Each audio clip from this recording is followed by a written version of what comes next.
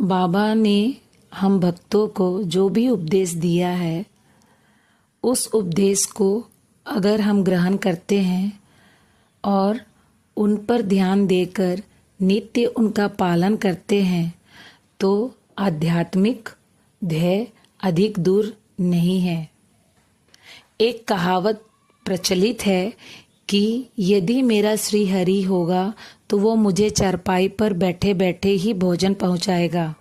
ये कहावत भोजन और वस्त्र के विषय में सत्य प्रतीत हो सकती है, परंतु यदि कोई इस विश्वास पर आलस्यवश बैठा रहे तो वो आध्यात्मिक क्षेत्र में कुछ भी प्रगति न कर उल्टे पतन के घोर अंधकार में मग्न हो जाएगा।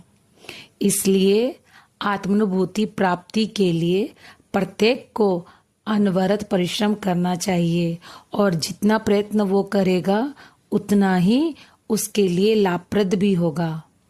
बाबा ने कहा है कि मैं तो सर्वव्यापी हूँ और विश्व के समस्त भूतों तथा चराचर में व्याप्त रहकर भी अनंत हूँ। केवल उनके भ्रम निवारणार्थ ही जिनकी दृष्टि में वे 3.5 हाथ के मानव थे, स्वयं सगुण रूप धारण कर अवतीर्ण हुए।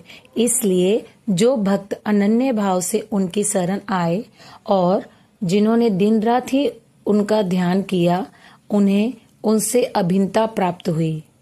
जिस प्रकार की माधुर्य और मिश्री लहर और समुद्र तथा नेत्र को कांति से अभिन्नता हुआ करती है, वो आवागमन के चक्र से मुक्त होना चाहे, वे शांत और स्थिर होकर अपना धार्मिक जीवन व्यतीत करें।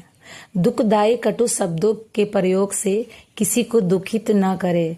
सदैव उत्तम कार्यों में संलग्न रहकर अपना कर्तव्य करते हुए अनन्य भाव से भय रहित हो उनकी शरण में हमेशा जाने की कोशिश करें। जो पूर्ण विश्वास से उनकी लीलाओं का श्रवण कर उनका मनन करेगा तथा अन्य वस्तुओं की चिंता त्याग देगा, उसे निस्संदेह ही आत्मानुभूति की प्राप्ति होगी। ओम साई राम।